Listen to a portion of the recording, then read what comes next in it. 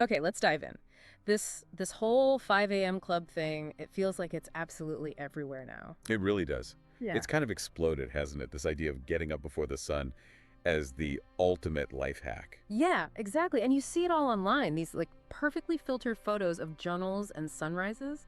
It's presented as peak discipline, peak self-mastery. Um, the aspirational image is incredibly strong. Hmm. The person who's conquered their base desire for sleep, who's already won the day while everyone else is hitting snooze. Right. You picture them meditating peacefully, maybe getting a workout in, setting intentions, all very serene and productive. It's like they've Mhm. unlocked some secret level. But, when you peel back that surface layer, you have to wonder what's really driving it. Is it purely about optimization?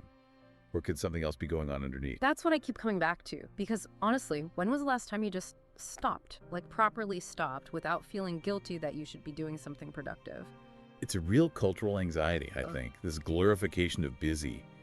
Stillness feels almost suspicious, doesn't it? Like you're falling behind. Totally. So the 5 a.m. routine gives you this immediate hit of, I'm doing something. Even if, let's be real, sometimes that just means scrolling social media in the dark at 5:05 a.m. There's still that feeling of being up and at 'em, which makes you think, psychoanalytically speaking, about things like sublimation. Sublimation. Okay, unpack that a bit in this context. Well, it's the idea that we might channel potentially uncomfortable, unacceptable impulses or anxieties into activities that are socially acceptable, even admired. So not necessarily the classic Freudian stuff like sex or aggression, but maybe just general unease, a discomfort with sitting with yourself? Exactly, that sort of existential hum of anxiety. Yeah. Instead of confronting that, maybe you pour all that energy into this incredibly structured, demanding routine. It feels productive, it looks good. Right, like maybe that person posting their perfect 5 a.m. yoga pose is actually dealing with a ton of restlessness later in the day,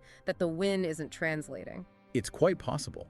The outward image of discipline doesn't always match the inner reality of, say, exhaustion or that inability to switch off come nighttime. The energy has to go somewhere. And the language they use, I notice that a lot. It's all owning the day, crushing goals, dominating your morning. Yes. It's very combative, isn't it? Framing life as this constant battle to be won, starting at dawn. Which makes you ask, who or what is the enemy in this battle? Is it procrastination, laziness, or is it something internal? That's a key question. Could it be an internal conflict being projected outward onto the structure of the day? Are you fighting your schedule, or are you maybe fighting a part of yourself? It definitely offers a feeling of control, though. Waking up No. that early, sticking to the plan, in a world that feels pretty chaotic, that's appealing. Absolutely. It creates this little controllable bubble. Alarm goes off, you follow the steps, task completed. It's predictable. But is it real control over the things that matter? Hmm. Or more like an illusion of control? Does ticking off meditation at 5:30 really address that deep-seated fear of failure, for example? Probably not directly. It might provide temporary relief, a sense of accomplishment, but it can also function as a sophisticated form of avoidance. You're doing something so you don't have to sit with the actual uncomfortable feeling. And then there's the whole performance aspect, especially online. Sharing the routine, the achievements, it becomes part of your identity. Oh, definitely.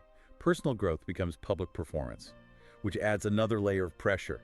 You're not just doing it for you, you're doing it for your audience. Yeah, it's like you're constantly curating this image of the optimized self, which sounds exhausting. It is exhausting.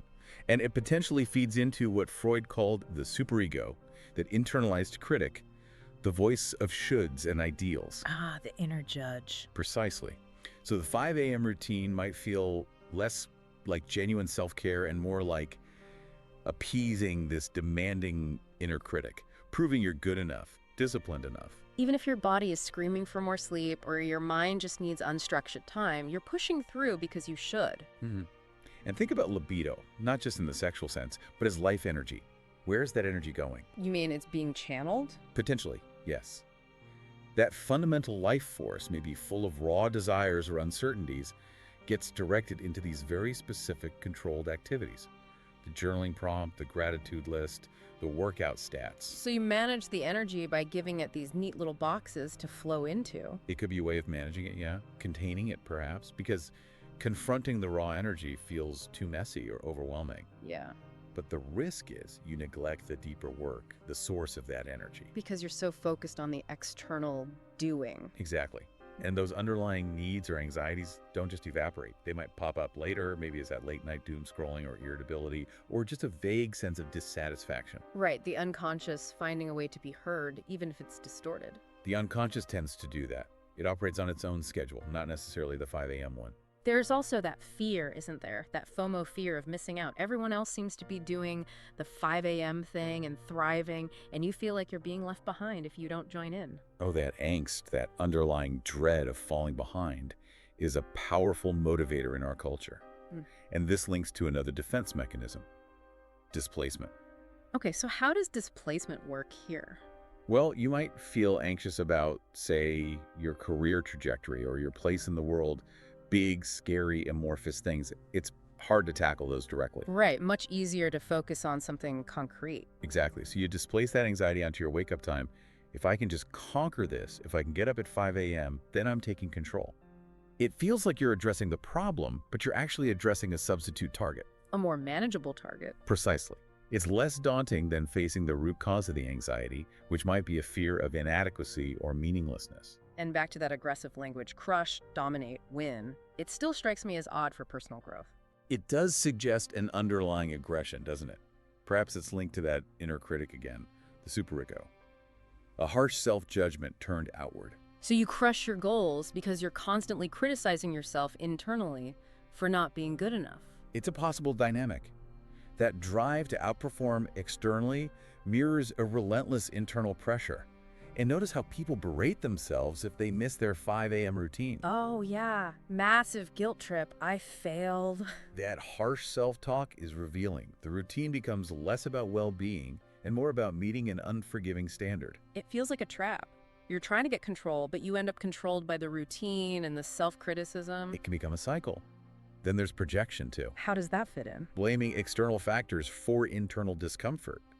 Like, modern life is too distracting, technology is overwhelming, that's why I feel scattered and need more time. So you project the source of your unease onto the outside world.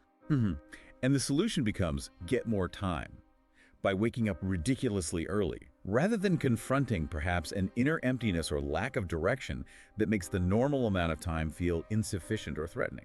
It's easier to blame your phone than to ask, what am I avoiding by constantly seeking more time to fill? Precisely. It's a way to sidestep the deeper question. So all these things, sublimation, displacement, projection, the harsh superego, they're all like unconscious strategies. They often operate outside our conscious awareness. Yeah. Yes. They're ways the psyche tries to manage difficult feelings, conflicts, anxieties. But the paradox is, Go on. the paradox is that these very mechanisms, designed to help us cope and feel better, can actually end up distancing us from true self-awareness. Because you're managing the symptoms, not the cause. In a way, yes. You're optimizing the surface while the deeper currents remain unexamined. And genuine satisfaction often comes from that deeper understanding, not just from perfecting habits. It makes me think about the shadow self idea. The parts of us we don't like, the messy, impulsive, lazy bits. Is the 5 a.m. routine an attempt to, like, suppress all that? That's a very insightful connection.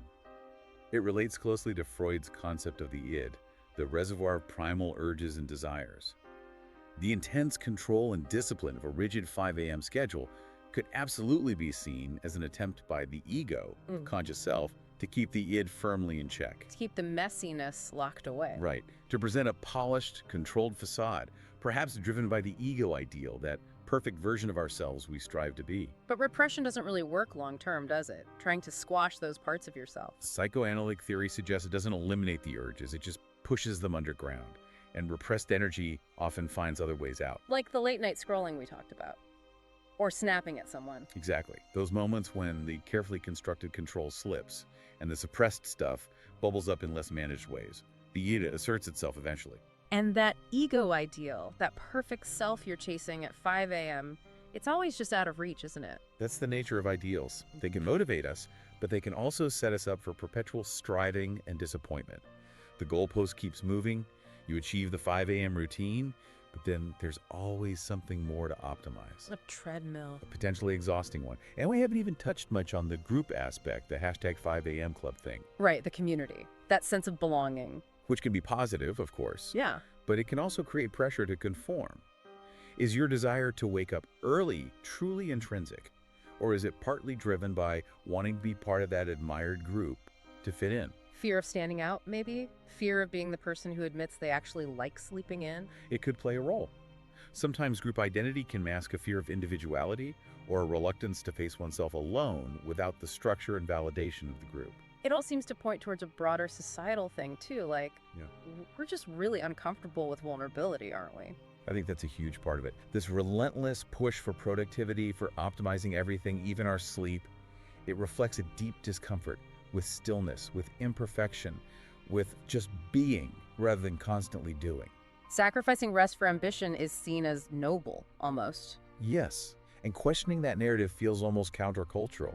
But maybe the real hack isn't about doing more at 5 a.m. What then? Maybe it's about daring to do less.